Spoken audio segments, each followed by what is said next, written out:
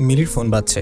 স্ত্রীর ফোনে অচেনা একটা ছেলে কল করেছে দেখেও ফোন রিসিভ করতে পারছে না শাহরিয়ার, কারণ তাদের বিয়েটা আর 5টা সাধারণ বিয়ের মতো হয়নি। মিলির অমতে অনিচ্ছায় হয়েছে, সেটাও খুব বাজে পরিস্থিতিতে। এরকম বিয়ে কোনো মেয়ের জীবনে কাম্য নয়, বিশেষ করে মিলির মতো মেয়ের তো মোটেও নয়। সত্যি বলতে সে তো নিজে কখনো কল্পনা করতে পারেনি যে মিলি তার বউ হবে বা হতে পারে। মিলি অনন্য, অতুলনীয়, তাই স্ত্রী পুত্রের ব্যাপারে স্বামীর যে অধিকার থাকে সে অধিকারটা শাহরিয়ারের নেই। মিলি ওয়াশরুম থেকে বের হয়ে দেখে শাহরিয়ার তার ফোনের স্ক্রিনের দিকে নির্নিমেষ দৃষ্টিতে তাকিয়ে আছে। অন্যদিকে তার ফোনের রিংটোন বাজছে তার প্রিয় পরিচিত কণ্ঠস্বর। রিংটোনে ফ্লুইড মিউজিক সেট করা তার প্রিয় মানুষটির। শুধু প্রিয় মানুষটি কেন বলছি, মিলির এক জীবনের সবচেয়ে বেশি ভালোবাসা পাগলামি করা মানুষটি নির্জন। একটা মেয়ে একটা ছেলেকে ঠিক কতটা ভালোবাসতে পারে তার উৎকৃষ্ট উদাহরণ মিলি নিজেই। বুকের ভেতরটা কেমন যেন মোচড় দিয়ে উঠল। অসহনীয় যন্ত্রণা হচ্ছে বুকে। সে এগিয়ে গিয়ে ফোনটা হাতে তুলে নিল, তারপর চলে গেল সোজা বারান্দায়। মিলির প্রস্থানের সঙ্গে সঙ্গে শাহরিয়ারও কেমন যেন কষ্ট হতে লাগলো। আগে তো কখনো এমন হয়নি, তাহলে এখন কেন এমন হচ্ছে? মিলি তার বিয়ে করা বউ বলে? মনে আরো অনেক প্রশ্ন আছে। যে ছেলেটা ফোন করছে সে কে? মিলির ভালোবাসার মানুষ? শাহরিয়ার ভাবতে পারছে না। আজকাল বেশি ভাবতে গেলেই সে ক্লান্ত হয়ে পড়ে, মাথা কাজ করে না, শরীরে আশার লাগে। পুরনো ঘা শুকানোর আগে নতুন ঘা হবে, এটা তো সে ভাবিনি কখনো। মিলি তার কাছে চাঁদ সমতুল্য, যাকে দূর থেকে দেখাই মানায়। মিলি শাহরিয়ারের দ্বিতীয় স্ত্রী। এর আগেও তার বউ ছিল, নাম আখি। ভালোবেসে বিয়ে করেছিল তাকে, কিন্তু 7 বছরের সংসার জীবনেও একে অপরের সাথে সুখী হতে পারেনি। বনিবনা হচ্ছিল না কোনোভাবেই। দুজনের কোনো সন্তানও ছিল না। দিন দিন আখির খারাপ আচরণে সে অতিষ্ঠ হয়ে উঠেছিল। অবশেষে আর সহ্য করতে না পেরে দুজনের সম্মতিতে ডিভোর্স হয়ে যায় মাস 3 আগে। এর মাঝে জীবনে আবার এলো নতুন ঝড়। একে ঝড় বলল না, অপ্রত্যাশিত সুখ বলা যায় কে জানে। শাহরিয়ার মিলিকে চেনে 2 বছরের মতো হবে। পাশের ফ্ল্যাটে মিলি ওর পুরো পরিবার নিয়ে থাকে। বছর 2 আগে চায়ের দোকানে মিলির বাবার সাথে পরিচয় হয়েছিল। কথায় কথায় তখন মিলির জবের প্রসঙ্গ উঠে আসে। মিলি তখন অনার্স 2য় বর্ষের ছাত্রী। সংসারে অভাব অনটন ছিল বিধায় একটা চাকরির খুব দরকার ছিল। শাহরিয়ার বিষয়টা গুরুত্ব দিয়েই দেখেছিল এবং চেষ্টা করছিল তাদের অফিসে মিলিকে একটা চাকরি নিয়ে দেওয়ার জন্য। মাস 2 পর একটা সুযোগ আসে। তাদের অফিসে রিপোর্টারের একটা পদ খালি হয়। সিবি আগে জমা দেওয়া ছিল বিধায় শাহরিয়ারকে বস বলেছিল মিলিকে নিয়ে যেতে। সেদিন সন্ধ্যাতেই শাহরিয়ার প্রথম মিলিকে দেখেছিল। বলাই বাহুল্য যে সে বেশ অবাক হয়েছিল মিলিকে দেখে। ছবিতে মিলির সৌন্দর্য তেমন বোঝা না গেলেও সামনাসামনি সে মুগ্ধ হয়ে যায়। তবে দেখে অনেক বেশি বাচ্চা মনে হয়েছিল। 18 বছর হয়েছে বলেও বিশ্বাসযোগ্য মনে হবে না। পরের দিন মিলি অফিসে যায় ইন্টারভিউর জন্য এবং সে টিকেও যায়। সেখান থেকে একসাথে অফিসে যাওয়া আসা, মাঝে মাঝে একসাথে বাড়িতে ফেরা হতো। শাহরিয়ারের সংসারে অশান্তি তখনও ছিল। মিলিকে দেখলে কেন জানি তার ক্লান্তি, মন খারাপ দূর হয়ে যেত। মিলির হাসি, দুষ্টুমি, চঞ্চলতা অনেক বেশি ভালো লাগতো তার, কিন্তু কখনোই সেটা প্রকাশ করার মতো অবকাশ ছিল না, প্রয়োজন মনেও করেনি। কিন্তু তখনও কি ভেবেছিল, এক অনাকাঙ্ক্ষিত ঘটনা মিলি তার বউ হয়ে যাবে। 3 বার নির্জন কল করার পর আর কল করেনি। কাঁপা কাঁপা হাতে ফোনটা ধরে রিসিভ করতে পারেনি মিলি। রিসিভ করে সে কি বলবে? বিয়ে হয়ে গেছে তার? এটা সে কি করে বলবে? কেন এমন হয়ে গেল তার সাথে? কোন মুখে সে নির্জনের সামনে গিয়ে দাঁড়াবে? নির্জনের সাথে তার প্রণয়ের সম্পর্ক নেই, বলা যায় এক পাক্ষিক ভালোবাসা। কিন্তু মুখে নির্জনকে ভালোবাসি না বললেও তার আচার আচরণ এবং অনেক কথাবার্তায় মিলির মনে হতো নির্জন অনেক ভালোবাসত। কিন্তু কখনোই সে এই ব্যাপারে কোনো জোর করেনি। শুরু থেকে ধৈর্য ধরে গেছে। 1 বছর ধরে সে একাই একপাক্ষিক ভালোবেসে আসছে। অন্যদিকে ভালোবাসে না বললেও মিলির প্রতি দায়িত্ব, কেয়ারিং কোনো কিছুরই কমতি ছিল না নিজের দিক থেকে। মিলির বিশ্বাস ছিল একদিন নির্জন ঠিকই তার ভালোবাসার গভীরতা বুঝতে পারবে, আর সেদিন সেও ভালোবাসবে মিলিকে। কিন্তু তার আগেই এক দমকা বাতাসে সব লণ্ডভণ্ড হয়ে গেল। এলোমেলো করে দিয়ে গেল মিলির সাজানো সুন্দর ফুলের বাগানের মতো জীবনটাকে। 3 দিন আগের কথা। মিলি শাহরিয়ার যেই ফ্ল্যাটে থাকে ওই ফ্ল্যাটে এসেছিল 4 তলার তার খালার কাছে। শাহরিয়ার থাকে 3 তলায়। সিঁড়ির সাথেই তার ফ্ল্যাট। খালাতো বোনের ছেলেকে নিয়ে ওপর থেকে নামার সময় দরজা খোলা পেয়ে ভাগিনা শাহরিয়ারের রুমে ঢুকে যায়। শাহরিয়ারের বিশাল ভক্ত সে, হবে না বা কেন? দোকানে গেলে এটা সেটা কিনে দেবে, ঘুরতে নিয়ে যাবে। বাচ্চারা তো এগুলোই পেলেই খুশি। মিলি দরজার সামনে দাঁড়িয়ে ডাকলো, রাফি চলে আসো। শাহরিয়ার রান্নাঘরে ছিল। রাফিকে দেখে বেরিয়ে আসে। এক দৌড়ে রাফি তার কোলে উঠে যায়। মিলি তখন বলছিল, তাড়াতাড়ি আসো, তোমার নানু অপেক্ষা করছে। রাফি নাছর বান্দা, সে যাবে না। শাহরিয়ার তখন সৌজন্যতার খাতিরে মিলিকে বলল, ভেতরে এসে বসো। মিলি মুচকি এসে বলল, না ভাইয়া, অনেকক্ষণ হয়েছে এসেছি। আব্বু ফোন দিয়েছে অনেকবার।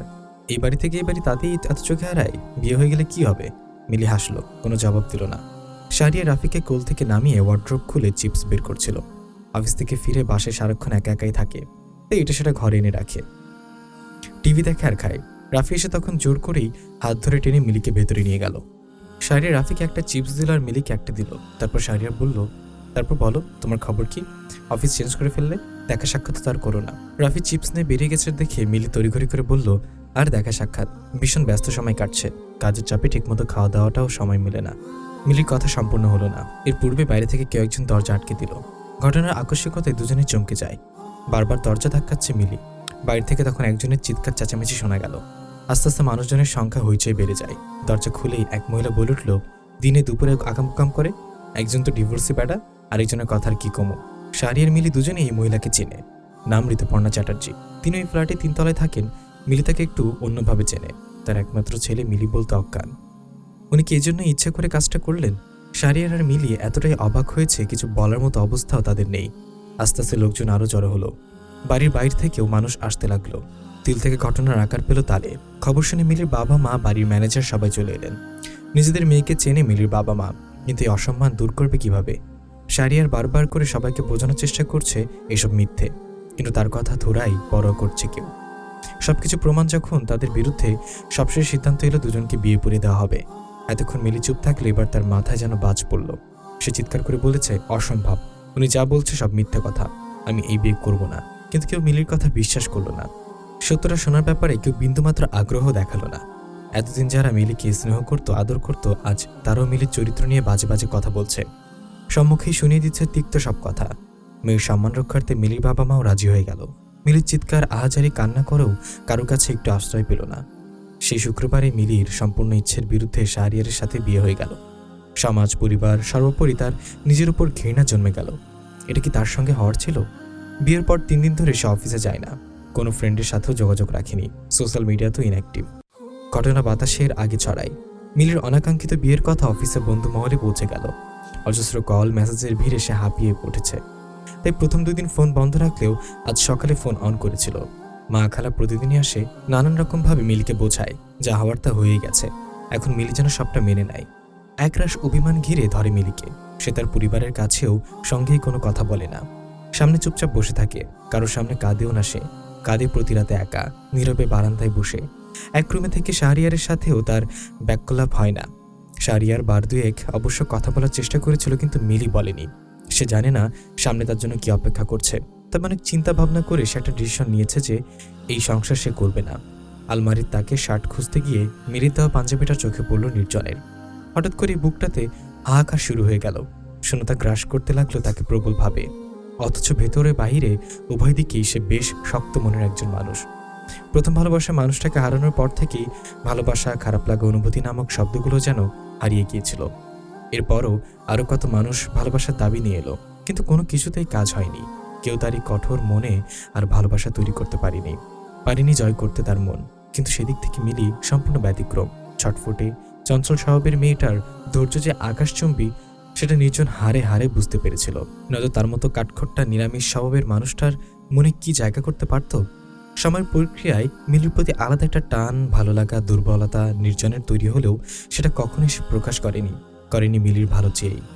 সে মনে প্রাণে মিলিকে পছন্দ করে, কিন্তু পছন্দের পর্যায়টা ভালোবাসায় রূপান্তরিত হয়নি বিধায় বলেনি। আবার অন্য একটা কারণ অবশ্য ছিল, তার দেশে থাকার ইচ্ছে নেই, তার ইচ্ছে বাইরের দেশে যাওয়ার, সেখানে সেটেল হওয়ার। এছাড়াও তার সর্বদাই মনে হতো তার মতো উদাসীন একটা লোকের সাথে মিলি খাপ খাওয়াতেও পারবে না, সুখে থাকবে না। তবে এই কথাও তবে সত্য যে মিলির এভাবে হারিয়ে যাওয়াটা প্রত্যাশিত ছিল না। হতে পারে মিলির জীবনে এখন নতুন কারো আবির্ভাব হয়েছে, এই জন্য হঠাৎ এমন দূরত্ব। মিলি অন্য কাউকে ভালোবাসতেই পারে, এটা নিয়ে তার কোনো ব্যতিক্রম বা অভিযোগ নেই। তাই বলে কি এভাবে যোগাযোগ বন্ধ করতে হবে? নিজের সবসময় চায় মিলি সুখে থাকুক, কিন্তু কোনো কিছু না বলে কয়ে এভাবে দূরত্বটাও সে মানতে পারছে না। কেমন যেন একটা পীড়া দিচ্ছে। পাঞ্জাবিটা ধরে নির্জন স্বস্থগতভাবে বলল, কেমন আছো তুমি মিলি? শাড়ির অফিসে যাওয়ার জন্য রেডি হচ্ছিল। আয়না দেখার প্রয়োজন তার পড়ে না, কিন্তু ড্রেসিং টেবিলের উপর থেকে ঘড়িটা নিয়ে আয়নার হঠাৎ করে চোখ পড়ল। এমনিতে তার ঘড়ি সবসময় বেড সাইডের টেবিলেই থাকে। গতকাল টায়ার্ড থাকায় বিছানায় খুলে রেখেছিল। মিলি বোধহয় পরে সেটা ড্রেসিং টেবিলে সরিয়ে রেখেছে। এটাই যেন সকাল সকাল মন খারাপের কারণ হয়ে দাঁড়ালো শাহরিয়ারের। আয়নায় নিজেকে দেখে তার মন খারাপ হয়ে গেল। তার ওজন হাইটের তুলনায় বেশি বলা চলে। বেশি বড়সড় একটা ভুঁড়িও আছে তার, চোখে নিচে ডার্ক সার্কেল, চুলেও পাক ধরেছে। সে হতাশ হয়ে দীর্ঘশ্বাস নিল। দৃষ্টি গেল আয়নার ভেতরেই দেখতে পাওয়া গুটিসুটি হয়ে ঘুমিয়ে থাকা মিলির দিকে। মিলি কি সুন্দর, তৈলাক্ত চেহারাটাও কত মায়াবী লাগছে। সাজলে তো কথাই নেই। সব দিক দিয়ে মিলি তার চেয়ে এগিয়ে, সে তো কোনো দিক দিয়ে মিলির যোগ্য না। মিলির সামনে নিজেকে ভীষণ অপরাধী লাগে তার। শাহরিয়ার মন খারাপ করে ঘড়িটা হাতে পড়ল। গুটিগুটি পায়ে মিলির কাছে এগিয়ে গিয়ে কিছুক্ষণ নির্নিমেষ দৃষ্টিতে তাকিয়ে মনে মনে বলল, তোমাকে ভালো লাগতো সেটাই ভালো ছিল, দূর থেকে চাইতাম এটাই ঠিক ছিল। তোমাকে পাওয়াটা বোধ হয় আমার ঠিক হয়নি। জানি ধরেও হয়তো রাখতে পারবো না, আমি যে তোমার যোগ্য নই। বুকের ভেতরটায় কেমন যেন যন্ত্রণা হচ্ছিল শাহরিয়ারের। মিলি নড়াচড়া করছে দেখে সে সরে দাঁড়ালো। আর চোখে একবার তাকিয়ে দেখে মিলি উঠে বসেছে। ঘুমের রেশ বোধহয় কাটেনি এখনো, কেমন যেন থম মেরে রয়েছে। অবশ্য বিয়ের পর থেকে মিলি সবসময় এভাবেই থাকে, তার মাঝে এখন আর আগে সেই দুরন্তপানা দেখা যায় না। শাহরিয়ার দীর্ঘ চাপা নিঃশ্বাস নিয়ে বলল, আমি অফিসে যাচ্ছি। এই কথা সে প্রতিদিন অফিসে যাওয়ার সময় বলে যায়। মিলি কোনো উত্তর দেয় না, কোনো কথাও বলে না, কিন্তু আজ বলল, আপনার কাছে বাড়ির এক্সট্রা চাবি আছে? শাহরিয়ার একটু অবাক হলে বুঝতে দিল না, বলল, আছে। কেন?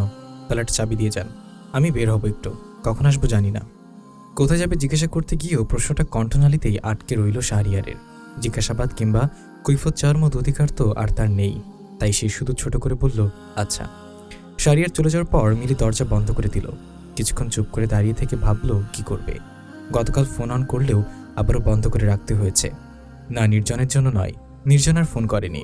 মানুষটাকে মিলি খুব ভালো করেই চেনে, যার মধ্যে অনুভূতির চেয়েও আত্মসম্মান অনেক বেশি। আচ্ছা, সে এখন কেমন আছে? ভালো আছে নিশ্চয়ই। এখন তার মিলির যন্ত্রণা তাকে সহ্য করতে হচ্ছে না, কিন্তু মনের কোথায় কেন যেন একটা কষ্ট প্রতিনিয়ত তাকে শেষ করে দিচ্ছে। নির্জনের সাথে কথা বলতে না পেরেও ভেতর থেকে শেষ হয়ে যাচ্ছে সে। ইচ্ছে করলে কথা বলা যায়, কিন্তু কোথায় যেন একটা অদৃশ্য দেয়াল, প্রাচীর টপকে যাওয়ার কোনো রাস্তাও নেই। সে বাধাটা কি শাহরিয়ারের সাথে তার বিয়ে? মিলি কেঁদে ফেলল। নিশ্চুপ কান্না নয়, হাউমাউ করে কাঁদছে সে। ফ্লোরে বসে মাথার চুল টেনে ধরে কাঁদছে সে। তার এই কষ্ট কাকে দেখাবে সে? কেউ তাকে বোঝে না, বোঝার চেষ্টাও করে না। কাউকে সে মনের কথা খুলে বলতেও পারে না। পরিবারকে বলবে, তারা বললে মেনে নেবে? যেখানে মন নেই সেখানে মেনে নেবে কিভাবে? বন্ধুদের বলবে, তাদের সামনে যাওয়ার তো মুখও নেই। কেন যেন তার কথা শোনার বদলে কিভাবে এসব হলো, আসলে সেই সব করছে কিনা এইসব জানার আগ্রহটাই তাদের বেশি। কিন্তু মিলিত এই বিষয়ে কারোর সাথে কোনো কথা বলতে ইচ্ছে করে না, কৈফিয়ত দিতে ইচ্ছে করে না। সে ভরসা করার মতো একটা কাজ চায়, যাকে জড়িয়ে ধরে কাঁদতে পারবে, একটু মনের কষ্টগুলো উগরে দিতে পারবে। কিন্তু এমন মানুষের চেয়ে বড় অভাব এখন তার। মিলির এই দুর্ভাগ্যের কথা কাছের দূরের সবাই জানলেও ওর বেস্ট ফ্রেন্ড মৌমিতা এখনো জানে না। এর কারণও আছে, মৌমিতা সব ধরনের সোশ্যাল মিডিয়া থেকে দূরে আছে, এমনকি সবার সাথেও কোনো যোগাযোগ রাখেনি। একমাত্র মিলি ছাড়া আর কারো কাছে মৌমিতার ফোন নাম্বারও নেই। স্বামী সন্তান সংসার নিয়ে মৌমিতা নিজের মতো সুখে আছে। আগের মতো সবসময় কথা না হলেও মাঝে মাঝেই মিলির সাথে ওর ফোনে কথা হয়। সব পরিস্থিতিতে মিলিকে সামলে নেয়। এই অসময়ে মিলির এখনও ওর কথাটাই মনে হচ্ছে, তাই সে সিদ্ধান্ত নিয়েছে আজ সে সাভার যাবে মৌমিতার শ্বশুরবাড়ি। মিলি নিজেকে সামলে নিয়ে ফ্রেশ হয়ে রেডি হয়ে নিল। ফোন এখনও অন করেনি সে কারো কাছেই যোগাযোগ রাখতে চায় না। তার নিজের বাড়ি থেকে কেউ এলেও মিলি এড়িয়ে চলে, কথা বলে না। বন্ধ ফোন ব্যাগে রাখতে গিয়ে তার মনে পড়ল যে তার কাছে কোনো ক্যাশ টাকা নেই। নিজের বাসায় গিয়ে যে নিজের টাকাই নেবে সেটা সে চাচ্ছে না। আসলে সে কারো কাছে কোনো জবাবদিহি দিতে চাচ্ছে না। পরে মনে হলো তার বিকাশে কিছু টাকা আছে। কত আছে এক্সাক্ট এমন তার মনে নেই, তাই চেক করার জন্য ফোন হাতে করতেই শাহরিয়ারের একটা মেসেজ এলো। মেসেজ ওপেন করে দেখলো, তুমি বের হয়ে বলেছিলে, আমার জানা মতে তোমার কাছে কোনো টাকা নেই, তাই কিছু টাকা ডাইনিং টেবিলের উপর রেখে এসেছি, বন্ধু হিসেবে হয়তো নাও টাকাটা। মিলি কয়েক সেকেন্ড মেসেজ চোখ বুলিয়ে অ্যামাউন্টটা চেক করে দেখে বলল, 4000 টাকা আছে, এটাই অনেক। সে শাহরিয়ারের টাকা নেয়নি, এমনকি কত টাকা রেখে গেছে গুনেও দেখেনি। তালা দিয়ে বাইরে বের হওয়ার পরেও অনেকগুলো কৌতূহল চোখ দেখতে পেল সে, যাদের প্রত্যেকেই মিলির দিকে তাকিয়েছিল। কয়েকজনের চাপা কথাবার্তাও তার কানে এলো। একজন মহিলা আরেকজনকে বলছে, এই যে এই মায়াডারই ধরা খাইয়া বিয়ে হয়েছে। মিলি প্রতিবাদী হলেও এখানে তার কিছুই বলার নেই। দাঁতে দাঁত চেপে সে হাঁটছে, সেই সঙ্গে তার বুকটাও মনে হচ্ছে ফেটে যাচ্ছিল। হঠাৎ তার পাশে ঝড়ের বেগে উপস্থিত হলো রাহুল, ঋতুপর্ণা চ্যাটার্জির ছেলে। রাহুল মিলিকে চেনে মাস 6 হবে। মিলি বলতে সে অজ্ঞান। বয়সে মিলির চেয়ে 2 বছরের ছোট, ধর্ম আলাদা, কিন্তু তার কাছে এসব কিছুই ম্যাটার করে না। সে মিলিকে ভালোবাসে, সারা জীবন একসাথে থাকতে চায়। ছেলের এই পাগলামি সম্পর্কে অবগত ছিলেন ঋতুপর্ণা চ্যাটার্জি নিজেও। সম্ভবত এই কারণেই তিনি ছেলেকে মিলির থেকে দূরে রাখতে গিয়ে মিলির এত বড় ক্ষতিটা করে দিলেন। রাহুল হাঁপাচ্ছে, মিলি কিছু বলল না, থামলও না, সে চুপচাপ হাঁটছে। রাহুলও পাশাপাশি হাঁটতে হাঁটতে হাঁপিয়ে বলল, একটু দাঁড়ান প্লিজ, আপনাকে বারান্দা থেকে দেখেই এতগুলো সিঁড়ি দৌড়ে নেমেছি। মিলির শান্ত জবাব, আমি তোমাকে আসতে বলিনি, পিছু করা বন্ধ করো। কেন? কেন মানে? তুমি জানো না সব কিছু? আমি সব জানি, কিন্তু আমি কিছু বিশ্বাস করি না। কি বিশ্বাস করো না তুমি?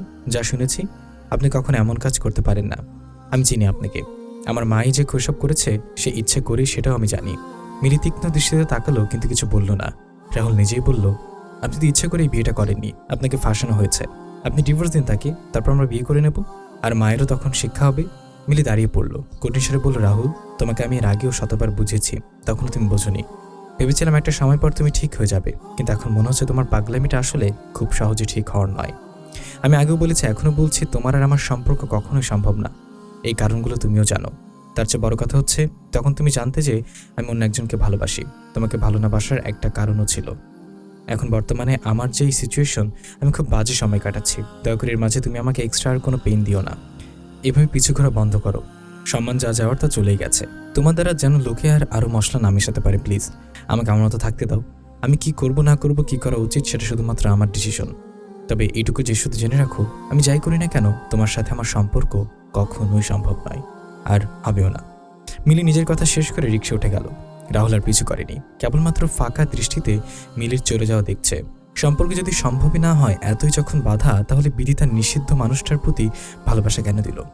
অফিসে সারাটা দিন কাটলো নির্জনের উদাসীনভাবে।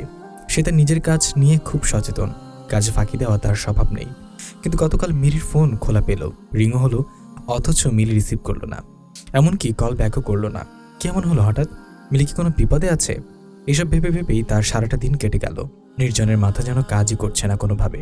তার মতো শক্ত মনের মানুষটাও আর কঠোর থাকতে পারছে না, বুকের ভেতর হাহাকার করছে। মেয়েটা এভাবে মনে ভালোবাসা জাগিয়ে কেন চলে গেল? অফিস ছুটি হয়েছে 5টায়। বের হওয়ার সময় তার এক কলিগ এরকম নিশ্চুপ দেখে জিজ্ঞাসা করলো, কি ব্যাপার ভাই, মন খারাপ নাকি? নির্জন হাসার চেষ্টা করে বলল, না ভাই, দেখে তো মনে হয় না। মিলি ম্যামের সাথে ঝগড়া হয়েছে নাকি? মিলির কথা শুনে তার মন আরও খারাপ হয়ে গেল। মিলিকে সে একদিন নির্জনের সাথে রেস্টুরেন্টে দেখেছিল, সেখান থেকেই পরিচয় এবং সে ধরে নিয়েছিল মিলি নির্জনের গার্লফ্রেন্ড। নির্জন মেয়েকে হাসিতে বলল, তেমন কিছু না, সম্পর্কে ঝগড়া মান অভিমান হবেই ভাই, এসব ধরে ইগো নিয়ে বসে থাকলে হবে না, সো সব মিটিয়ে নিন।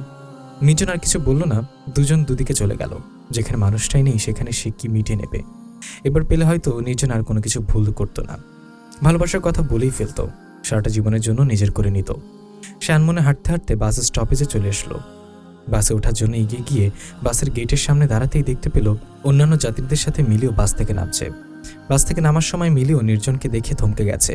নির্জন খুব সচেতন মানুষ, আবেগ তার মাঝে কম কাজ করে, কিন্তু আজ যেন তার পুরনো স্বভাবকে সব ছাপিয়ে গেল মিলির দেখা পেয়ে। এতক্ষণ মেঘলা আকাশ থম মেরে থাকলে এবার শুরু হয়েছে মুষলধারার বৃষ্টি। বাস চলে গেছে। যারা আছে তারাও দৌড়াদৌড়ি করে ছাউনি খুঁজছে নিজেদের বৃষ্টি ভেজা থেকে বাঁচানোর জন্য। এদিকে কেবল নির্জনই ব্যতিক্রম। নিজের স্বভাবের ব্যতিক্রম কাজটাও সে আজ করে ফেলল, জড়িয়ে ধরল মিলিকে। নির্জন এবং মিলি ভেজা অবস্থায় একটা রেস্টুরেন্টে বসে আছে।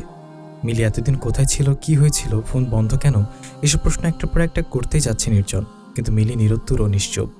মাথা নত করে সে নখ করছে, মনে মনে ভাবছে কি করে সে নির্জনের সামনে সত্যিটা বলবে। অবশ্য আজ হোক বা কাল নির্জনকে তো সত্যিটা জানাতেই হবে।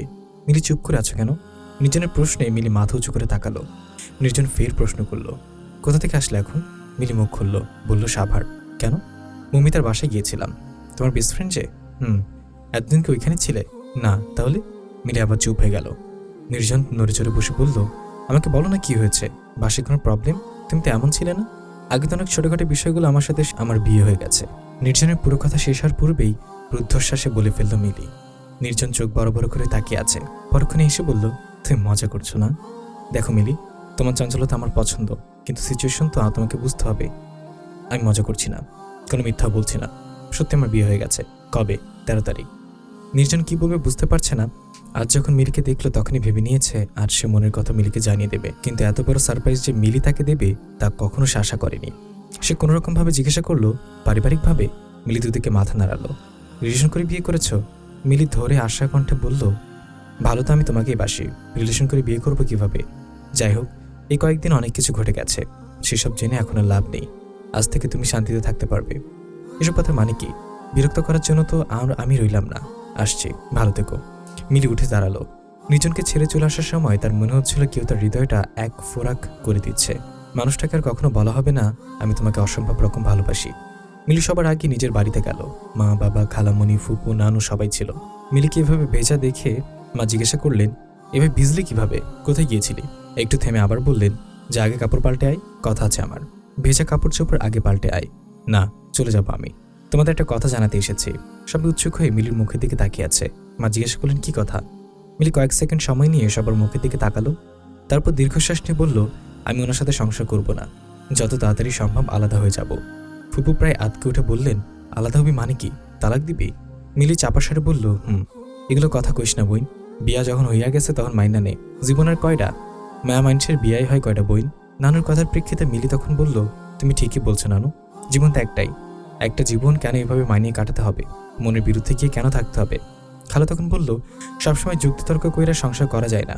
মানুষ কি কইব? মানুষের কথাকে এখন আর আমি ভয় পাই না। মা মিলির মাথায় হাত বুলিয়ে বললেন, মা পাগলামি করিস না, রাগের মাথায় কোনো সিদ্ধান্ত নিস না। মিলি হাত সরিয়ে দিয়ে বলল, রাগ করে কোনো সিদ্ধান্ত নেই, ভেবে চিন্তে নিয়েছি, আর ভয় নেই। ডিভোর্সের পর আমি তোমাদের কাছে এসে উঠবো না, নিজের ব্যবস্থা আমি নিজেই করতে পারবো। এরপর আর কারোর কোনো কথা না শুনেই মিলি শাহরিয়ারের বাসায় চলে আসে। শাহরিয়ার অফিস থেকে সে রান্নার বান্না তোড়জোড় করছিল। মিলিকে ভেজা অবস্থায় দেখেও কোনো প্রশ্ন করল না। মিলি তার এক সেট জামাকাপড় নিয়ে ওয়াশরুমে চলে গেল। চোখ ফেটে কান্না পাচ্ছে তার। নির্জনের কথা মনে পড়লেই তার নিজেকে ভীষণ অসহায় লাগে। এমন এক অবস্থা আছে, সে না পারছে এখানে থাকতে আর না পারছে নির্জনের কাছে ছুটে চলে যেতে। মিলি গোসল করে এসে চুপ করে শুয়ে রইল। মমিতার সাথে যতক্ষণ ছিল সময়টা ভালোই কেটেছিল। একমাত্র মমিতাই বোধ হয় মিলির মতো করে মিলিকে বুঝতে পেরেছে। বিয়ের পর থেকে মিলির খাওয়া দাওয়া অনিয়ম হয়েছে। সকালে যে খায় না খায় বললেই চলে যায়, কখনো দুপুরে খায় কিংবা রাতে। এইভাবে সে বাইরে থেকেও দুর্বল হয়ে যাচ্ছে। কিন্তু তারই বা কি করার আছে? খাবার যদি গলা দিয়ে না নামে তাহলে সে খাবে কিভাবে? আজ রাতেও তার ক্ষুধা নেই। তবুও যখন শাহরিয়ার খাওয়ার জন্য ডাকলো, মিলি উঠে গেল ডাইনিং রুমে। শাহরিয়ার বলল, বসো। মিলি একটা চেয়ার টেনে বসে বলল, আমার জন্য খাবার পারবে না, আমার ক্ষুধা নেই, আমি আপনার সাথে কিছু কথা বলতে এসেছি। শাহরিয়ার শান্ত কণ্ঠে বলল, বলো। আমি আপনার সাথে মনের বিরুদ্ধে গিয়ে, ইচ্ছের বিরুদ্ধে গিয়ে সংসার করতে পারবো না। সমাজ কি বলবে, মানুষ কি বলবে, রিলেটিভ কি বলবে, এসব কথা ভেবেও আমি মানিয়ে নিতে পারবো না। এছাড়া এরা যে আমার কত কাছের আর কতটা ভালো চায় সেটা তো আমি তো আমার বিপদের সময় দেখেছি। আপনাকে আমি চিনি অনেক সময় ধরে, সম্মান করি আমি আপনাকে, কিন্তু সেই সম্মানের জেরে আমি কখনো সংসার করতে পারবো না। তোমাকে জোর করে সংসার করতে হবে না মিলি, তুমি যা চাও তাই হবে। আমি ডিভোর্স চাই। ঠিক আছে, আমাকে একটু সময় দাও, আমি ব্যবস্থা করছি। থ্যাঙ্কস। মিলি উঠে দাঁড়ালো। চলে যাওয়ার পূর্ব মুহূর্তে বলল, আর একটা কথা। শাহরিয়ার জিজ্ঞাসা দৃষ্টিতে তাকালো। মিলি বলল, আমি কাল থেকে অফিসে জয়েন করব, আর ওখানেই হোস্টেলে থাকবো। আমি আসলে এখানে টিকতে পারছি না। মানুষের নিন্দা মন্দ বাঁকা চাহনি আমাকে মাথা উঁচু করে দাঁড়াতে দিচ্ছে না। কিন্তু আমি এভাবে ভেঙেও পড়তে চাই না। তুমি যেটা ভালো বুঝবে সেটাই তোমার জন্য ভালো করবে। জীবন তোমার, সিদ্ধান্ত তোমার, আমার কোনো আপত্তি নেই। মিলি কয়েক সেকেন্ড দাঁড়িয়ে থেকে রুম থেকে চলে গেল। শাহরিয়ার ফোঁস করে একটা দীর্ঘশ্বাস নিয়ে খাবারগুলো ঢেকে রাখলো। ক্ষুধা কেন যেন মিটে গেছে তার। তাহমিনা বেগম ছেলেকে খাওয়ার জন্য ডাকতে এসে দেখলেন নির্জন উদাসীন দৃষ্টি মেলে জানালার কাছে বসে আছে। অফিস থেকে আসার পরপরই কেমন যেন জিম মেরে আছে। তিনি ছেলের কাঁধে হাত রেখে জিজ্ঞাসা করলেন, কি হয়েছে? নির্জন চক্কিতে পাশে বসে তাকিয়ে বলল, কই কিছু না তো। এমন মনমরা লাগছে কেন তোকে? তেমন কিছু না, একটু টায়ার্ড, খেয়ে শুয়ে পড়, ভালো লাগবে। ক্ষুধা নেই মা এখন, পরে খাবো, তোমরা খেয়ে নিও। তাহমিনা বেগম আর জোর করলেন না। জোর করে অবশ্য বিশেষ কোনো লাভ নেই তিনি জানেন। তাই নিঃশব্দে চলে গেলেন। নির্জনের প্রতিটা মুহূর্তে যেন মিলি মিশে আছে। রেস্টুরেন্টে বলা কথাগুলো বিশ্বাস করতে এত কষ্ট হচ্ছে। যখন বলল মিলির বিয়ে হয়ে গেছে, তখন অদৃশ্য একটা চাকু যেন কেউ ঠিক তার বুকের বাম পাশে ঢুকিয়ে দিয়েছে। আগের সময়গুলোর কথা ভীষণ মনে পড়ছে এখন। কত পাগলামি না করেছে মেয়েটা। একদিন কথা হয়নি বলে কেঁদে কেটে বুক ভাসিয়েছে। অফিসের সামনেও চলে গেছে। মেয়েটার চাঞ্চলতা আর তার ভেতরের কঠিন সত্তা একটু একটু করে গলে গেছে। এখন আর সেই মেয়েটা নেই। কিভাবে যেন মুহূর্তেই বহু ক্রোশ দূরে চলে গেছে। ধরাছোঁয়ার বাইরে মিলি যতবার ভালোবাসার আবদার নিয়ে আসতো, নির্জন ততবার সেই আবদার এড়িয়ে যেত। মিলি তবুও একই আবদার করত, কখনো অভিমানী হয়ে, আবার কখনো বা মজার ছলে বলতো, এত ভালোবাসি তো তাই এত অবহেলা, এখন আছি বুঝছো না, যেদিন থাকবো না সেদিন বুঝবে। নির্জনের বুক চিরে দীর্ঘশ্বাস বেরিয়ে আসে। নিকোষকাল অন্ধকার আকাশ পানে তাকিয়ে স্বগতিক্ত করে বলে, সত্যি এখন আমি বুঝতে পারছি মিলি, কিন্তু কি নিদারুণ কষ্ট সয়ে নিতে হচ্ছে আমায়, সেটা হয়তো তুমি কখনো বুঝবে না, জানবেও না। পরের দিন সকাল অফিস টাইমে 1 ঘন্টা আগেই নিজের প্রয়োজনীয় জিনিসপত্র নিয়ে বাড়ি থেকে বের হয়ে গেল মিলি। প্রয়োজনীয় জিনিসপত্র বলতে তার কয়েকটা জামা কাপড় এবং কয়েকটা বোরকা শুধু। শাহরিয়ার অনেকবার বলেছিল সকালের নাস্তাটা করে যেতে, কিন্তু মিলি করেনি। মিলি বর্তমানে এসে উঠেছে তার কলিগ সুলতানার কাছে। ওর সাথেই হোস্টেলে থাকবে মিলি। ভাগ্যক্রমে একটা সিট পেয়েছিল এই অসময়ে। সুলতানা পুরো ব্যাপারটা না জানলেও একটু আন্দাজ করতে পেরেছে যে কিছু একটা অঘটন ঘটেছে। নয়তো এতদিন অনুপস্থিত থাকার মতো মেয়ে মিলি নয়। মিলি বর্তমান চেহারার করুণ অবস্থা দেখে সুলতানারও জিজ্ঞেস করার আর সাহস হয়নি। হয়তো মিলি নিজেই বলতে পারবে। সে জর্জবস্তি করে হালকা নাস্তা করালো মিলিকে। অফিসে গিয়ে বসের তোপের মুখে পড়লেও মিলি চুপ করে রইল। প্রথমে রাগারাগি করলেও বস পরক্ষণে চুপ হয়ে গেলেন। মিলি অফিসের ভালো একজন স্টাফ, বলতে গেলে কখনোই অ্যাবসেন্ট করে না। অনেক সময় অসুস্থ শরীর নিয়েও মিলিকে ডিউটি করতে দেখা গেছে। তিনি নিজেকে রাগ কন্ট্রোল করে মিলিকে বসতে বললেন। জিজ্ঞাসা করলেন, কি হয়েছিল তোমার? কেন ফোন বন্ধ করেছিলে? মিলি বিষয়টা গোপন রাখল না, বলল সব। বস তাকে স্নেহ করে বিধায় মিলি ভরসা করেই বলল। তাছাড়া আজ কেউ কিছু জানে না বা মনে পড়ে সে জানবে এমন তো কোনো কথা নেই। মিলি বলার আগে যদি ঘটনাটি অন্য কেউ আগে জানে তাহলে সেটা বিশ্রী রূপ নেবে। বস বেশ বিস্মিত হয়ে বললেন, এভাবে বিয়ে গেল? তাই বলে তুমি ফোন বন্ধ রাখবে কেন? আমার রাগ তো এখানেই হয়েছে। সবকিছু থেকে লুকিয়ে থাকাটা কি কোনো সমাধান হতে পারে? তোমাকে তো চিনি অনেকদিন হলো। তুমি তো সমস্যা কিংবা বিপদ দেখে পালিয়ে বেড়ানোর মেয়ে নাও, যথেষ্ট স্ট্রং। মিলি ফোঁস করে একটা দীর্ঘশ্বাস নিয়ে বলল, আসলে সবকিছু চোখের পলকে এমনভাবে বদলে গেল যে আমি পরিস্থিতির সাথে কিছুতেই মানিয়ে নিতে পারছিলাম না। কিন্তু পরে উপলব্ধি করতে পেরেছি আমি ভুল পথে হাঁটছি, তাই এখন ভুলগুলো শোধরানোর চেষ্টা করছি। খুব ভালো সিদ্ধান্ত। যে কোনো সমস্যায় আমি সাথে আছি, কোনো কিছু দরকার হলে আমায় বলবে। মিলি মাথা নাড়ল। বস বললেন, ঠিক আছে, যাও কাজ করো। মিলি নিজের ডেস্কে এসে বসলো। কিছুক্ষণ থম মেরে বসে থেকে কাজে মন দেওয়ার চেষ্টা করলো সে। যদিও প্রথম থেকে বিষয়টা বেশ অসম্ভবই ছিল, কিন্তু পরক্ষণেই সে কাজে মন বসাতে সক্ষম হয়েছে।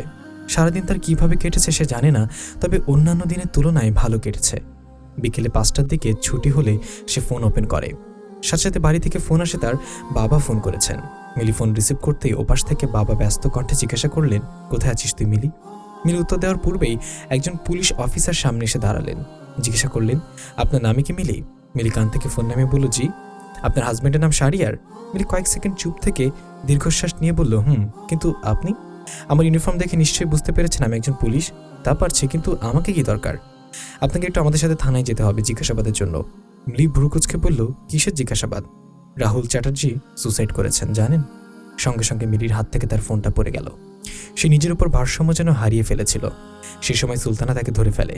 পুলিশ অফিসারটি তখন সুলতানাকে বলে, আপনার কি হন? কলিগ। আপনার সাথে আসলে ভালো হয়। সুলতানা রাজি হয়ে গেল। ফোনটা তুলে মিলিকে নিয়ে হেঁটে জিপ গাড়িতে উঠল। অফিসের অনেক পরিচিত মানুষই মিলি আর সুলতানা দিকে কৌতূহলী এবং বিস্মিত দৃষ্টিতে তাকিয়েছিল তখন। কিন্তু মিলির ভ্রুক্ষেপ সেদিকে নেই। তার শুধু মাথার ভিতর ঘুরছে রাহুল আর নেই দুনিয়ায়। থানায় গিয়ে দেখলো সেখানে শুধু শাহরিয়ার এবং মিলির মা বসে আছে। বাবাকে আগেই জিজ্ঞাসাবাদ করে ছেড়ে দেওয়া হয়েছে, কিন্তু মিলির মা মেয়েকে রেখে যেতে চাননি, তাই অপেক্ষা করছিলেন থানায়। ওদিকে বাবা বাইরে বেরিয়ে মিলিকে ফোন করে দূরে কোথাও থাকতে বলতে চাইছিলেন। ভয় হচ্ছিল যদি মেয়ে আবারও বড় কোনো ঝামেলায় পড়ে। মিলি একটা চেয়ার টেনে পুলিশ অফিসারের সামনে বসলো। পুলিশ অফিসার আসিফ শিকদার মিলিকে দেখে যার পুনরায় অবাক হয়ে তাকিয়ে আছেন। তিনি মিলিকে চেনেন নির্জনের মাধ্যমে। মেয়েটা যে নির্জন বলতে অজ্ঞান ছিল এটা তো তার চেয়ে আর কেউ ভালো জানতো না, কিন্তু এখন সে শাহরিয়ারের স্ত্রী, আবার রাহুলের সাথে এভাবে জড়িয়ে পড়ার সবকিছু যেন তার ঘেটে ঘুটে যাচ্ছিল। থানায় তখন রাহুলের বাবা মাও এসে উপস্থিত হলেন। ঋতুপর্ণা চ্যাটার্জি কাঁদতে কাঁদতে মিলির দিকে তেড়ে যাচ্ছিলেন। একজন লেডি কনস্টেবল তাকে আটকে ফেলেন। তিনি দমে যাওয়ার পাত্রী নন। চিৎকার চেঁচামেচি করে বলছেন, এই মেয়ে আমার ছেলের মৃত্যুর জন্য দায়ী। ওই মারছে আমার ছেলেকে, ওর ফাঁসির ব্যবস্থা করেন স্যার। আসিফ শিকদার তাকে মৃদু ধমকতে বললেন, এভাবে সিনক্রেট করছেন কেন? ফাঁসি দেওয়ার কাজ আমার নয়। তাছাড়া কে দায়ী আর কে সাধু তা তো পরে জানা যাবে। এরপর তিনি মিলির দিকে তাকিয়ে শান্ত কণ্ঠে বললেন, আমরা আপনাকে সাধারণ জিজ্ঞাসাবাদের জন্যই ডেকে এনেছি। আপনার হাজব্যান্ড বলেছেন বিষয়টা জোরপূর্বক হয়েছে, এটা কি সত্যি?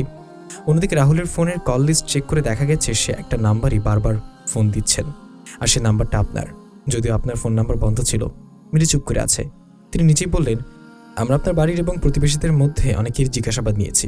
তাদের মধ্যে অনেকেই বলেছেন যে আপনার এবং মিস্টার শাহরিয়ারের বিয়েটা ফাঁসানোর মাধ্যমে হয়েছে। আবার অনেকেই বলছে এক রুমে আপনাদের হাতে নাতে ধরেছেন রাহুলের মা। কিন্তু রাহুলের ব্যাপারে জিজ্ঞাসাবাদ করলে তারা প্রত্যেকেই বলেছেন রাহুল আপনাকে পছন্দ করত, অনেক পাগল ছিল আপনার জন্য। আপনার বিয়ে হয়ে গেছে এটা সে মেনে নিতে না পারে বলে সুসাইডটা করেছে, এরকমটাই ধারণা তাদের। কিন্তু রাহুলের মা দাবি করছেন তার ছেলের মৃত্যুর পেছনে আপনার হাত রয়েছে। এখন আপনি কতটুকু ইনভলভ আছেন এসবের সাথে যদি আমাদের একটু বলতেন। মিলির মা মিলির হাত চেপে ধরে আশ্বস্ত করে বলতে বললেন। মিলিও কিছুক্ষণ সময় নিয়ে শুরু থেকে সবটা বলা শুরু করে। সব শুনে আসিফ শিকদার বললেন, ঠিক আছে, আপনি এখন আসতে পারেন। পরে কোনো প্রয়োজন হলে আমরা আপনাকে ফোন করব, নাম্বারটা খোলা রাখবেন। মিলি চলে আসার জন্য উঠে দাঁড়ালো। ফিরে তাকালো একবার ঋতুপর্ণা চ্যাটার্জির দিকে। ঘৃণায় বুক বিষিয়ে গেল। তার ঘৃণা অপকর্মের জন্য শাস্তি পেতে হলো রাহুলকে। পাপ নাকি তার বাপকেও ছাড়ে না, কিন্তু এভাবে বোধহয় বিধাতা শাস্তি না দিলেও পারতেন। রাহুলের মৃত্যু মেনে নিতে পারছে না মিলি। থানা থেকে বেরিয়ে মা মিলিকে বললেন, বাড়িতে যাবি চল। মিলি দৃঢ় স্বরে বলল, না, জেদ করিস না। আমি জেদ করছি না মা, ওইখানে গেলে আমার দম বন্ধ হয়ে আসে, মানুষজন আরো বেশি বাঁকা চোখে তাকাবে। আমি একের পর এক ধাক্কা নিতে পারবো না। আমি একা থাকতে চাই, শান্তিতে থাকতে চাই। মা এবং শাহরিয়ার দুজনকে চুপ করে মিলির মুখের দিকে তাকিয়ে আছে। সুলতানা তখন তাদের আশ্বস্ত করে বলল, আন্টি, মিলি আমার সাথে আমার রুমেই থাকে, আপনারা চিন্তা করবেন না কোনো, আমি ওকে দেখে রাখবো। যদিও মায়ের মন পুরোপুরি আশ্বস্ত হতে পারছিলেন না, কিন্তু সব দিক বিবেচনা করেই তিনি আর মিলিকে জোর করলেন না। সুলতানা ফোন নাম্বারটা নিয়ে বারবার বলে আসলেন, আমার মেয়েটাকে দেখে রেখো মা। এরপর ওদের গাড়িতে উঠিয়ে দিয়ে তিনি আর শাহরিয়ার চলে গেলেন। মনটাকে কিছুতেই শান্ত করতে পারছেন না তিনি। একের পর এক ঝড় তার মেয়ের জীবন বয়ে গেছে। সেই চঞ্চল চতুর প্রাণখোলা হাসিতে মেতে থাকা মেয়েটি যেন হঠাৎই কালো মেঘের আড়ালে ঢেকে গেল। তার মেয়েটা কি আবার আগের মতো হাসবে না? পাবে না সুখের দেখা? কেউ তাকে যত্ন করে আগলে রাখতে পারবে না? মিলি হোস্টেলে ফিরে চুপচাপ শুয়ে রইল। সুলতানার যা জানার সব থানাতেই জেনেছে সে, তাই এই ব্যাপারে আর কিছু মিলিকে জিজ্ঞাসা করল না। মিলি তারপরে অফিসে জয়েন করলেও দুজনের সখ্যতা অনেক বেশি হবে নাই বা কেন। মেয়েটা এত বেশি মিশুক আর সবসময় এমন প্রাণখোলা হাসি দেয় যে মন শীতল হয়ে যায়। যে মানুষ মিলির মতো মেয়ের সাথে মিশতে পারবে না, সেই মানুষের মতো দুর্ভাগা দ্বিতীয় কেউ বোধ হয় আর নেই। সুলতানার এটা ভেবেই খারাপ লাগছে যে এমন ভালো মনের মেয়েটার এত কেন বিপদ, এত কেন খারাপ হচ্ছে এই মেয়েটার সাথে। তার খুব জানতে ইচ্ছে করছে নির্জনের ব্যাপারে। মিলি যে বিয়ে হয়ে গেছে এভাবে, এখন আবার তাকে নতুন ঝামেলায় পড়তে হয়েছে, এসব কি জানে। মিলির ফোনটা তখন বেজে উঠল। অফিসার আসিফ শিকদার ফোন খোলা রাখতে বলেছিলেন বলে আর বন্ধ করেনি। কল এসেছে নির্জনের নাম্বার থেকে। রিং হয়ে কল কেটে গেল। আবার কল এসেছে। মিলি দেখছে কিন্তু রিসিভ করছে না। সুলতানা রান্নার বন্দোবস্ত করছিল তখন। সেও দেখছে যে মিলি ফোনের দিকে তাকিয়ে আছে কিন্তু রিসিভ করছে না। ফোন রিসিভ করছো না কেন? কে কল করেছে? জিজ্ঞাসা করল সুলতানা। মিলি দীর্ঘশ্বাস নিয়ে বলল, নির্জন। সে কি জানে তোমার বিয়ে হয়ে গেছে? জানে, কিন্তু কিভাবে হয়েছে তা জানতো না। কিন্তু এখন বোধ হয় জানে। তুমি না বললে কিভাবে জানবে? আসিফ ভাই হয়তো সব বলে দিয়েছে। সে কে? পুলিশ অফিসার, নির্জনের বন্ধু। আজ যাকে থানায় দেখলাম সে? হ্যাঁ। সুলতানা বেশ অবাক হলো। বলল, তাহলে ফোন রিসিভ করো, দেখো না কি বলে। দুজনের কথোপকথনের মাঝে আরও দুবার রিং হয়ে কল কেটে গেল। চতুর্থ কলটি রিসিভ করলো মিলি। ওপাশ থেকে নির্জন উদ্বিগ্ন কণ্ঠে ডাকলো, মিলি। এরপর চুপ। নীরবতা কাটিয়ে ফের বলল, তুমি আমায় সব আগে কেন বলনি? বললে কি হতো? দেখা করতে পারবে এখন? না, ঠিক আছে, একটু জানালার কাছে আসো, আমি বাইরে আছি নিচে। মিলি জানালার কাছে গিয়ে দেখল নির্জন দাঁড়িয়ে আছে। বুকটা নিমিষেই ধক করে উঠল তার। ওরা হাত নিয়ে বিছানায় বসে আছে মিলি। আর সকালে ভাত রান্না করতে গিয়ে গরম ভাতের মার পড়েছিল ডান হাতের ওপর। ক্ষতের স্টানটা এখনো জ্বলছে, এজন্য আজ তার অফিসেও যাওয়া হয়নি। সকালে বসকে ফোন করে জানিয়ে দিয়েছে। এখন করার মতো কিছুই নেই। সুলতানা অফিসে ফ্যান ছেড়ে দিয়ে মিলিয়ে বার শুয়ে পড়ল। হাত বিছিয়ে রাখলো সপ্তপর্ণে। মাকে একটা ফোন দিতে খুব ইচ্ছে করছে, কিন্তু পরক্ষণে মত বদলাই সে। হাত পুড়েছে শুনলে অস্থির হয়ে যাবে। মিলি এখন আর কাউকে নিজের দুঃখের গল্প শোনায় না, দুঃসময়ের কথা শোনায় না। সমস্ত দুঃখ কষ্টগুলো সে নিজের মাঝে লুকিয়ে রেখে নিজের হাসি খুশি সত্যাকে দেখায়, যেটা আদতে শুধু মিথ্যা দিয়ে ভর্তি। রাহুলের মৃত্যুর প্রায় 3.5 মাস সময় কেটে গেছে। প্রথম তার অন্যান্য প্রেশারের সাথে রাহুলের সুসাইডে নতুন করে যুক্ত হয়েছিল। ঠিকমতো ঘুমাতে পারেনি, খেতে পারেনি।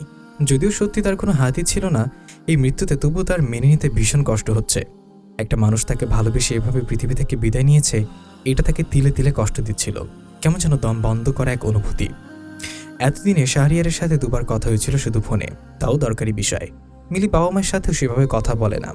মা অবশ্য প্রায় হোস্টেলে চলে আসে দেখা করার জন্য। মহিলা হোস্টেল বলে বাবা ভেতরে আসতে পারে না। মেয়েকে এক পলক দেখবে বলে হোস্টেলের সামনে এসে দাঁড়িয়ে থাকতো। অজ্ঞাত মিলিকে নিচে নেমে বাবার সঙ্গে দেখা করতে হতো। তার বাবার সঙ্গে এমন আরও একজন তৃষ্ণার্ত মানুষ হচ্ছে নির্জন। প্রায়শই সে নিচে এসে দাঁড়িয়ে থাকতো। মিলি অবশ্য তখন নিচে নামতো না, ইচ্ছে হলে জানালার কাছে আসতো, আর না হলে জানালার কাছেও যেত না। সে চাইতো বারংবার নির্জনকে এড়িয়ে চলতে, কিন্তু সবসময় সেটা সম্ভব হতো না। হবে কি করে? ভালোবাসা আর ভালোবাসার মানুষকে এড়িয়ে চলা কি এতটাই সহজ? ভাবনা চিন্তার অতল গহীনে হারিয়ে যাওয়ার মাঝেই মিলির ফোনটা বেজে উঠল। ফোনের স্ক্রিনে ভেসে উঠেছে মৌমিতা নামটি। মিলি মৃদু হেসে ফোন রিসিভ করে বলল, হ্যালো মৌ, কি খবর তোর? আজকাল তো নিজ থেকে ফোনও দিস না। তুই মিথ্যা বলিস কিভাবে? কাল দুপুরেও তো আমাদের কথা হলো, এরপর কাল রাত গেল, আজ সকালে তো শেষ হওয়ার পথে, তোর তো খবর নেই। ফোন দিতাম দুপুরে। এখন কি অভিযোগ হয়েছে তোর? সত্যি বললে অভিযোগের মতোই লাগবে। এখন বল কি অবস্থা? বিজি আছিস? না, আমি তো বাসায়। অফিসে যাসনি আজ? না, হাত পুড়ে গেছে। মৌমিতা আটকে উঠে বলল, বলিস কি? কিভাবে? ভাতের মার পড়েছিল হাতে। কাজ করার সময় মনোযোগ কোথায় থাকে তোর? এবার তো নিজের প্রতি একটু মনোযোগ হ। মিলি চুপ করে রইল। মৌমিতা কয়েক সেকেন্ড নীরব হয়ে বলল, হাতে মলম লাগিয়েছি। হ্যাঁ, সাবধানে থাকিস আর নিজের যত্ন নিস। আচ্ছা মিলি শোন, বল। শুনছি। তার সাথে তোর আর কথা হয়েছে? কার সাথে? শাড়ির ভাইয়ের সাথে? না। ডিভোর্স কি সত্যি দিবি? হ্যাঁ। করুণা করে তো আর সংসার করা যায় না। ডিভোর্স যদি করিস তাহলে নির্জন ভাইয়ের কাছে ফিরে যা। আমার বিশ্বাস সেও তোকে ভালোবাসে। মিলি তাচ্ছিল্য করে হেসে বলল, এতদিন তো অবিবাহিত ছিলাম, তখনও ভালোবাসিনি, আর এখন তো বিবাহিত, 2 দিন পর ডিভোর্সও হবে। এখন সে আমাকে ভালোবাসতে যাবে? তুই তো ডিভোর্সের বিষয়টা তাকে এখনো জানাসনি। সে তো ভেবে বসে আছে তুই তার সাথেই থাকবি। সব কথা খুলে বল, দেখ সে কি বলে। ফিরিয়ে তো আগে অনেকবার দিয়েছে, তাই না? এবারে যদি ফিরিয়ে দেয়, লাস্টটা চেষ্টা করে দেখ। দরকার না হয় আরেকবার ছোট হলি, শেষবার। না রে, অনেক তো হলো। সে আসলে আমার জন্য নয়। আমি তো আগেও যোগ্য ছিলাম না, আর এখন তো আরও নেই। তাহলে তুই কী করবি? কী চাস? দেখি জীবন আমাকে কোন দিকে নিয়ে যায়। বইটাবিহীন নৌকার যেমন কোনো গন্তব্য থাকে না, আমারও তেমন আর কোনো আশা নেই। জীবন যেদিকে নিয়ে যাবে আমিও সেদিকে যাব। আমি বলছি শোন, নির্জন ভাই তোকে ভালোবাসে, নয়তো কেন এখানে এসে তোর খোঁজ খবর নেবে? তুই কেন বলছিস না যে এই সংসার তুই করবি না? আমি কি করব না করব সেটা আমার ব্যাপার, তার দেখার বিষয় না। তাকে কেন বলতে যাব? মমিতা হাল ছেড়ে দিয়ে বলল, তোর যা ইচ্ছা হয় তুই কর, কিন্তু একটা কথা বলবো, তোর জীবনের এখন অনেকটা সময় পড়ে আছে। ইগো আর জেদ নিয়ে বসে থাকিস না মিলি। মিলি কোনো জবাব দিল না। মমিতা বলল, নিজের খেয়াল রাখিস, আমি পরে ফোন দেবো আবার। আচ্ছা। ফোন রেখে মিলি দীর্ঘশ্বাস নিল। কি অদ্ভুত জীবন তার। চোখ বন্ধ করে একটু ঘুমানোর চেষ্টা করলো সে। যখন চোখ লেগে আসবে সেই সময় আননোন নাম্বার থেকে একটা কল আসে। মিলি ফোন রিসিভ করতে ওপাশ থেকে একটা পুরুষালী কণ্ঠ বলে ওঠে, আপু, আমি আপনার হোস্টেলের সামনে, একটা পার্সেল আছে, নিয়ে যান। মিলি বেশ অবাক হলো। সে তো কোনো কিছু অর্ডার করেনি, তাহলে পার্সেল কে পাঠালো? সে কৌতূহল হয়ে নিচে নামলো। ডেলিভারি বয় একটা খাম এগিয়ে দিল ওর হাতে। খামের উপর শাহরিয়ারের নাম দেখে আরও বেশি অবাক হয়ে গেল সে। রুমে এসে খামটা খুলতেই ডিভোর্স পেপার বেরিয়ে এলো, যেখানে অলরেডি শাহরিয়ারের সিগনেচার দেয়া আছে, সঙ্গে একটা চিঠি। মিলি বেশ কিছুক্ষণ ডিভোর্স পেপারে চোখ বোলালো। বিয়ে, ডিভোর্স শব্দ দুটো অনেকবার মনে মনে আওড়ালো সে। সমাজের চোখে এখন থেকে সে একজন ডিভোর্সিও। প্রলম্বিত শ্বাস নিয়ে সে চিঠিটা পড়তে শুরু করলো। প্রিয় মিলি, প্রিয় সম্বোধন করার অধিকার আমার নেই আমি জানি, তবে এই সম্বোধনে রাগ করো না। তোমার আমার বিয়ের পূর্বেও আমাদের আলাদা একটা পরিচয় ছিল, সম্পর্ক ছিল। সে পরিচয় কিংবা সম্পর্কের সূত্র ধরেই তুমি আমার অনেক প্রিয়। আমার চোখের সামনে আমি সেই ছোট্ট মেয়েটাকে যখন পরিবারে হাল ধরতে দেখলাম, অফিসের কাছে হিমশিম খেয়েও হার না মেনে সহ্য করতে দেখলাম, সমস্ত ক্লান্তি পেরিয়েও যখন তোমায় হাসতে দেখতাম, ঠিক তখন থেকে তুমি আমার কাছে প্রিয়। তাই আকস্মিক বিয়ে এবং ডিভোর্স নিশ্চয়ই সেই সম্বোধনটা আমার থেকে কেড়ে নিতে পারে না, বলো? আমার মনে আছে আমাদের পরিচয় শুরু থেকে এই পর্যন্ত 3বার আমি তোমাকে কিছু দিয়েছি। প্রথমবার চকলেট, দ্বিতীয়বার তোমার প্রিয় খাবার বার্গার, আর তৃতীয়বার দিলাম ডিভোর্স। তুমি যদি আমার কাছে ডিভোর্স না চাইতে তবু হয়তো আমি তোমায় ডিভোর্স দিতাম। অবাক হচ্ছ নাকি? আসলে আমি চাই তুমি ভালো থাকো, কিন্তু আমার সাথে থাকলে সেটা কখনোই সম্ভব নয়। তুমি চাইলে হয়তো স্যাক্রিফাইস করতে পারো, কিন্তু স্যাক্রিফাইস করার প্রশ্ন তখনই আসে যখন মানুষটা হয় কাছের, ভালোবাসার। আমি তোমার কাছেরও নই, ভালোবাসারও নই। তাই আমিও চাই না তুমি আমার জন্য কোনো স্যাক্রিফাইস করো। তোমার আমার বয়সের ব্যবধান 15 বছরের। আমি দেখতেও সুন্দর নই। এইসব দিক ছাড়াও আরও একটা কারণ আছে তোমার সাথে আমার সংসার করতে না চাওয়ার। সে কারণটা কি জানো মিলি? আমি কখনো বাবা হতে পারবো না। আখির সাথে আমার ঝগড়া ঝামেলার মূল কারণটাও এটাই ছিল। ভালোবেসে বিয়ে করার পরও যাকে আটকে রাখতে পারিনি, সেখানে তোমাকে কিভাবে আটকে রাখবো বলো? আমি চাই তুমি আগের মতোই প্রাণ খুলে হাসো। আমি তোমার পথে বাধা হতে চাইনি কখনো, আর হবও না। আমি কখনো ঘৃণা করো না। জীবনটাকে নতুন করে সাজিয়ে গুছিয়ে নিও। ভালো থেকো। ইতি, শাহরিয়ার। দ্বিধাহীনভাবে ডিভোর্স পেপারে সই করে দিয়েছে মিলি। 1 সেকেন্ডের জন্য তাকে কিছু ভাবতে হয়নি, কোনো দোটানায় পড়তে হয়নি। এমনকি চিঠিটা পড়ে তার বিন্দুমাত্র খারাপও লাগেনি। তার মানে এই নয় যে সে তার ভেতরের সত্যটা রোবটে পরিণত হয়েছে। আসলে সে চায় না শাহরিয়ারের প্রতি তার করুণা হোক। সে তো করুণা পাওয়ার মতো কোনো ব্যক্তি নয়, সে সম্মান পাওয়ার যোগ্য, যেটা মিলি পরিচয়ের প্রথম দিন থেকে দিয়ে আসছে। এমনকি যোগাযোগ না থাকলেও বাকিটা জীবন সে মনে মনে শাহরিয়ারকে সম্মান করে যাবে। মিলি লম্বা করে শ্বাস নিল। বুক ভরে কতদিন পর যে সে শ্বাস নিয়েছে জানা নেই। হয়তো বোঝাস্বরূপ সম্পর্কে টানাপোড়েন থেকে বের হতে পেরেছে বিধায় এতটা স্বস্তি তার মনের গহীনে কাজ করছে। কিন্তু স্বস্তি খুব বেশি দিন স্থায়ী হলো না। যখন মিলির পরিবার আত্মীয়রা জানলো যে সত্যি সত্যি ডিভোর্স হয়ে গেছে, তখন তাদের মাথায় আকাশ ভেঙে পড়েছে। তার গালমন্দ শুরু করে তার তিরস্কার করতে পর্যন্ত ছাড়েনি। সমস্ত দোষ মিলি মাথায় পেতে নিয়েছে। এমনকি সে শাহরিয়ারের চিঠি এবং বাবা হতে না পারার বিষয়টিও গোপন করে রেখেছে। সে চায় না মানুষ আর কোথাও অপমানিত হোক।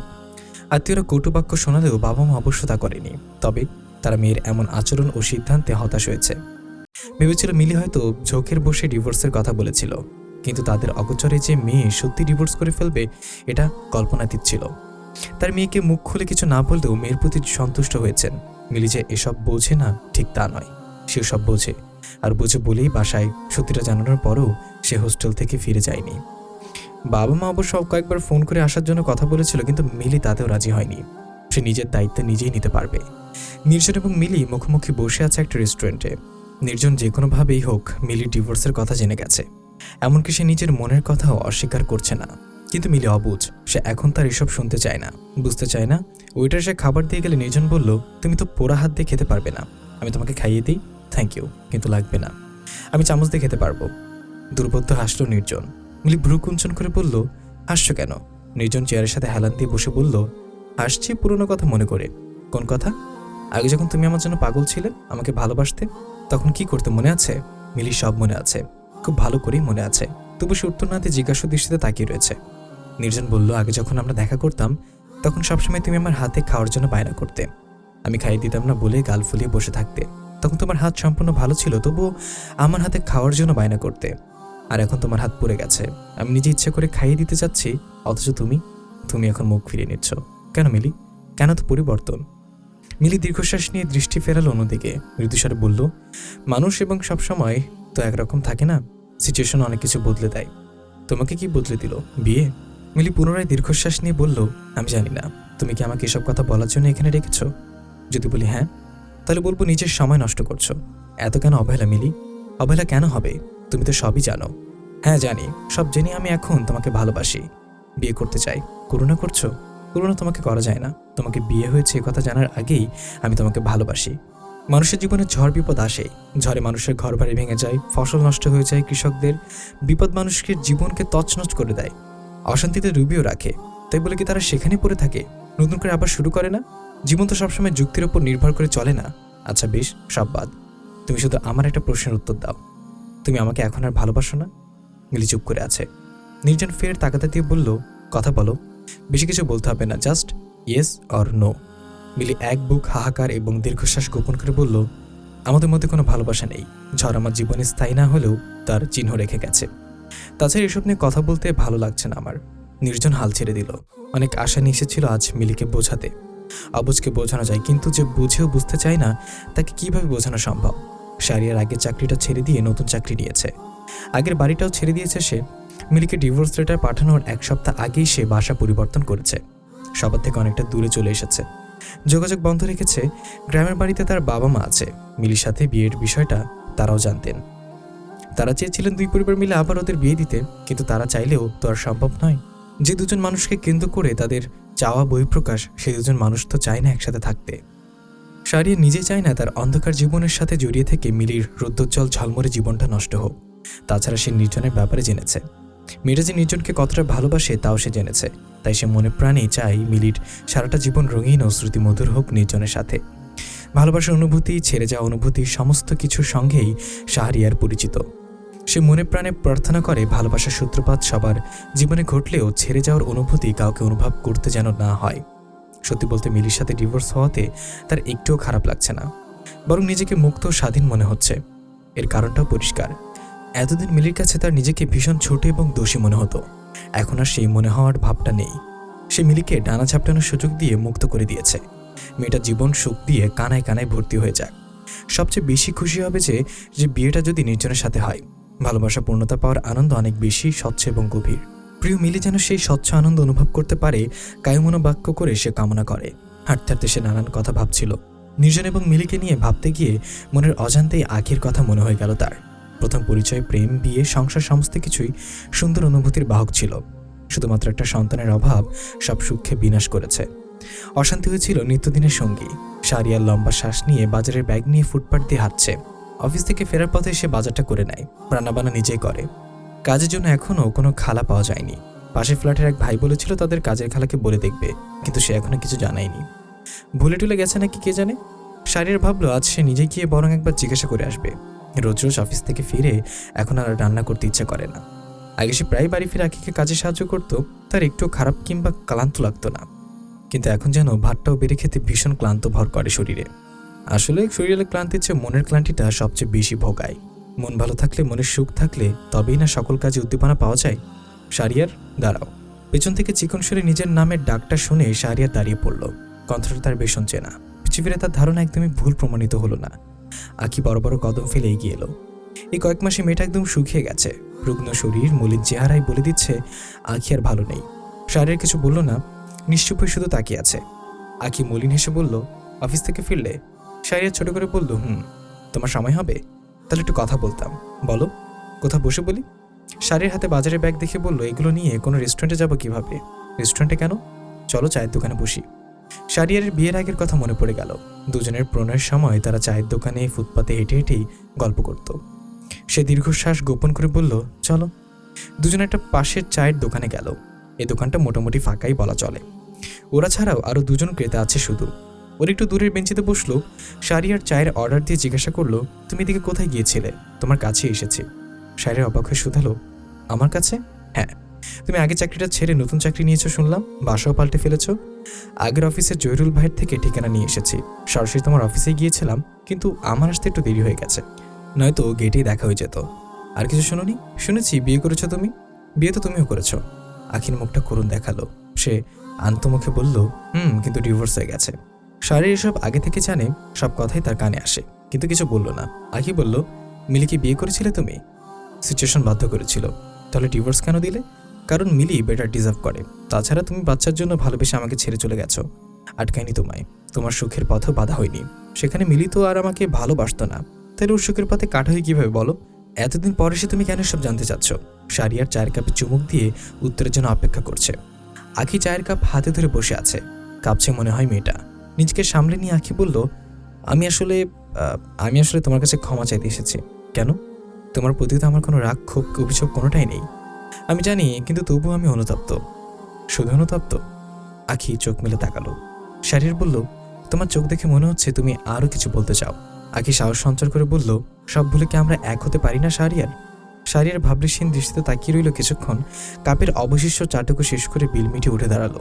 বাজারের ব্যাগ হাতে নিয়ে চুপচাপ হাঁটা ধরেছে। আখি ফ্যালফ্যাল দৃষ্টিতে তাকিয়ে আছে, তার চোখ অশ্রুতে টইটুম্বর। কিছু দূর এগিয়ে শারিয়ার পিছু ফিরে তাকালো।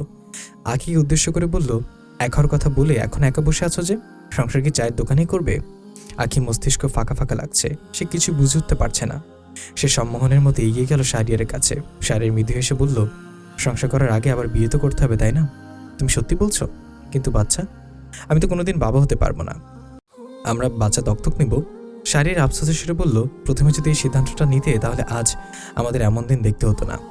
আখি অপরাধীর ন্যায় মাথা নত করে ফেলল। শারিয়ার বলল, চলো। কোথায়? কাজী অফিস। তোমার পরিবার মানিয়ে নেবে? যাকে ভালোবেসে যত্ন রেখেছি তাকে পরিবারের জন্য মানিয়ে নিতে পারবো। আখি হাসলো, সন্তুষ্টির হাসি। নিজের পাপের অপরাধের প্রায়শ্চিত্ত করার সুযোগ আর সে পেয়েছে, সেই সুযোগ আর সে হাতছাড়া করবে না। সে শক্ত করে শারিয়ারের এক হাত চেপে ধরল। মৃত্যুর শেষ নিঃশ্বাস অবধি সে এই হাত ধরে রাখবে। মিলির ফোন বাজছে অনবরত, বাড়ি থেকে বারবার ফোন করছে। সবাই মিলে সিদ্ধান্ত নিয়েছে মিলিকে আবার বিয়ে দেবে। বেশ কয়েকটা পাত্র দেখেছে তারা।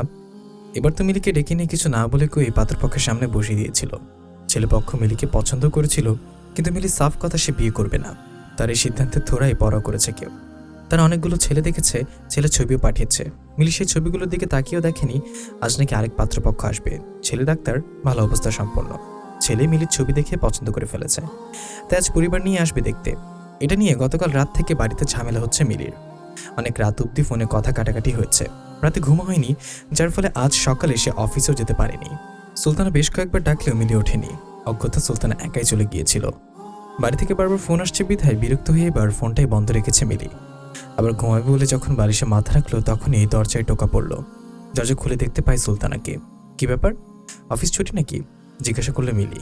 না, তোমার ফোন বন্ধ, তাই ছুটি নিয়ে চলে এসেছি। ফোন বন্ধ কেন? কি হয়েছে? নির্জন ভাই তোমাকে না পেয়ে আমাকে কল করেছিল।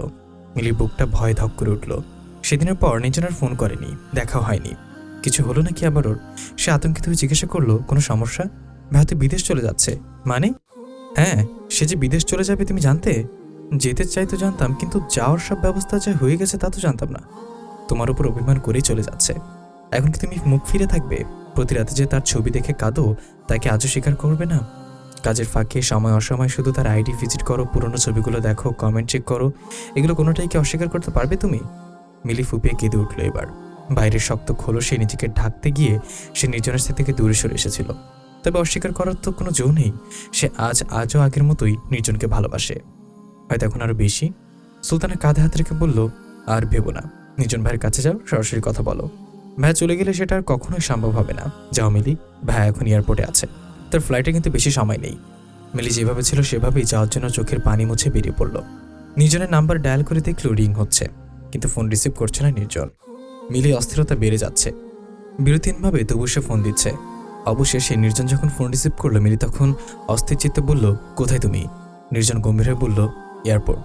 তুমি একটু অপেক্ষা করো প্লিজ, আমি এখনই আসছি। এখন এসে কি করবে? প্লিজ নির্জন, আচ্ছা আসো। রাস্তা জানার ফুরাত ছিল না। যখন মিলি এয়ারপোর্টে পৌঁছালো, উদভ্রান্তের মতো দৌড়াচ্ছিল সে। গিয়ে দেখে নির্জন লাগেজ নিয়ে বসে আছে। মিলি দৌড়ে কাছে যায়, হাঁপাতে হাঁপাতে বলে, তুমি আমাকে না বলে চলে যাচ্ছ কেন? ভালোবাসা শেষ হয়ে গেল? আর অপেক্ষা করতে পারলে না? তোমার বলে কি হবে? আমার চলে যাওয়া না যাওয়া তোমার কিছু আসে যায় না। অবশ্য খুশি হতে পারো, তুমি চলে গেলে আমি খুশি হব। হ্যাঁ, বারবার কেউ ভালোবাসি বলে জ্বালাবে না আর। একসময় এসব কথা আমি বলতাম, এখন আমার কথা আমাকে ফিরে দেওয়া হচ্ছে। তখন তুমি আমাকে ভালোবাসতে, আর এখন এখন আমি তোমাকে ভালোবাসি। নিজের বিশ্বাস নিয়ে শুধাই, কি ভালোবাসি? আলগোছে জড়িয়ে ধরল মিলি, বলল, আমি তোমাকে ভীষণ ভালোবাসি। কিন্তু তুমি কি করে আমাকে এভাবে ছেড়ে চলে যাওয়ার কথা ভাবতে পারলে? যাব না তো? মিলি মাথা তুলে বলল, মানে আমি বিদেশ যাচ্ছি না। কি বলো সব? ক্যান্সেল করে দেবে? না তো, আজ যাব না। আমার ফ্লাইট আরো 2 দিন পরে। তাহলে সুলতানা যে বলল, এটা আমাদেরই প্ল্যান ছিল। ও বলার পরেই আমি এয়ারপোর্টে এসেছি।